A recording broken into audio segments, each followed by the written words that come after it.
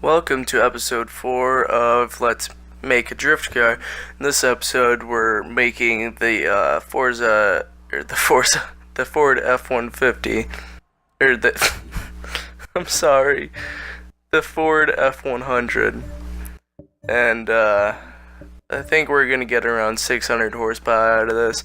I really didn't like the size of the tires they gave you for an option. I feel like in real life you could have put way bigger tires than what it gives you. I think it's like 225s or no, a little bit bigger than that.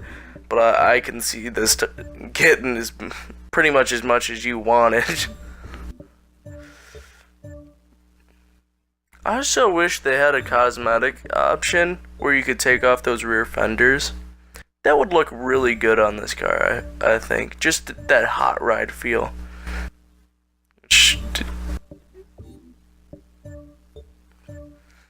Just getting a little bit more block horsepower more than the turbo right now.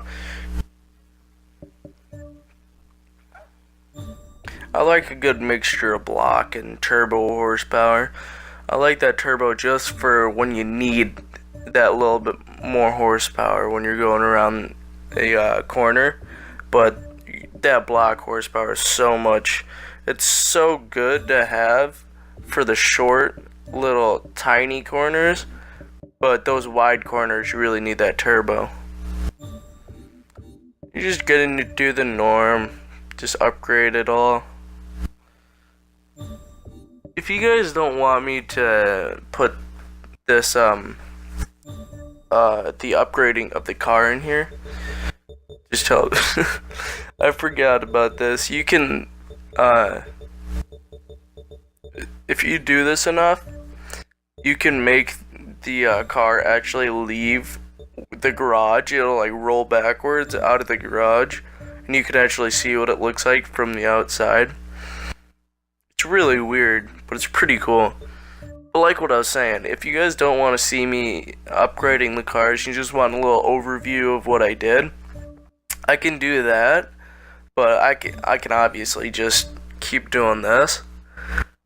A good benefit of me just doing an overview instead of doing this is you can see so much more of the drifting, because this takes up pretty much half the video. I'm sorry, guys. I can record up to a half hour video, but the rendering on my Xbox, which is what I'm using to upload this, is so long that it's just, I'll literally be sitting here for about 2 hours, and I have to do that twice. So that's 4 hours right there.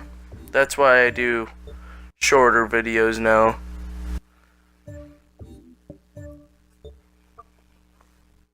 But how are you guys doing? I'm doing pretty good. I didn't really do much today. I just sat down and watched YouTube. I woke up really late today, around like 12 o'clock. That's not usual for me. I usually wake up around 8, 9 o'clock on the weekends. I got school during the week. I'm in 10th grade right now, so you gotta get that school done. School's not too bad. If you guys are in school, put down in the like comment down below how if you like school or not or whatever. Also, while you're down there, why don't you press that like button, please? It helps out a lot. What the hell? Go subscribe if you're not then. But the normal tune, you got that camber in the front, a little bit bigger than the rear. I don't know why I put caster all the way up. I don't even remember what it. I think it's the where the tire is, from the rear to the front of the wheel well, but oh, what the hell. A little bit more second gear speed. One thing I would have liked to do after making this was to put a little bit more block horsepower in there, just because around those really long turns, it needs the little bit more horsepower.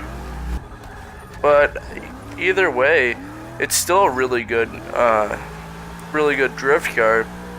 I actually, after recording this, I went about, I think it was second place in a multiplayer drift, and that's normal for me. In my everyday drift car on this game, which is a 240, it's a completely maxed out car other than the engine. That's a maxed out stock engine. I don't remember what engine's got it.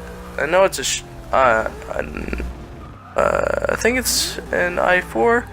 No, it's just a 4-cylinder, but whatever.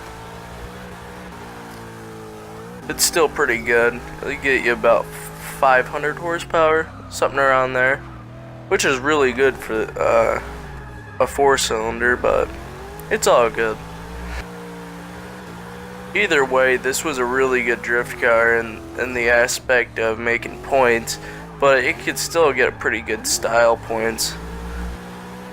Sorry with my voice and my throat and stuff. I've been getting a weird thing going on where I think I'm losing my voice, but just makes my voice a little bit more raspy. I'm never doing that again. I'm sorry, guys. But yeah, it was really light compared to what I thought it was gonna be. In the way it would go around these corners, that felt a lot lighter than it actually was. I think it was 2,800 or 3,200 pounds. Especially with the size of those tires, it felt a lot lighter because it had a lot less torque it needed to move those tires, so that really helped. I still don't know why. I guess they were going for a tire width that fit under those fenders, but I still don't understand why they would make the tires so small when you upgraded them, because I feel like you could get a bigger tire under the rear end of this, even completely under the car, not on the side of it.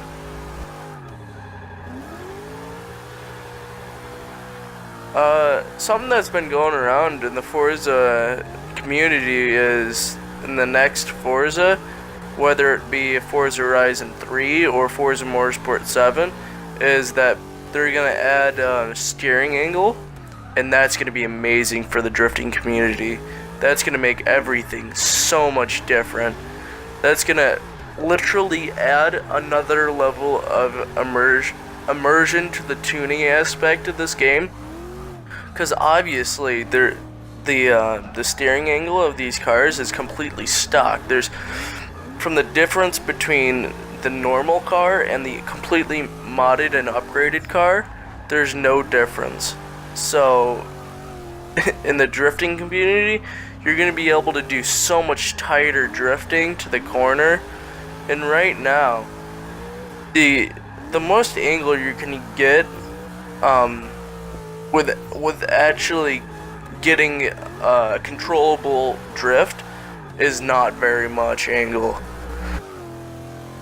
There's been a couple times where I've gone around a corner on accident and gotten a real big amount of angle and gotten back into that drift, but usually it comes out as a wipeout. But it's coming to the end of the video, guys.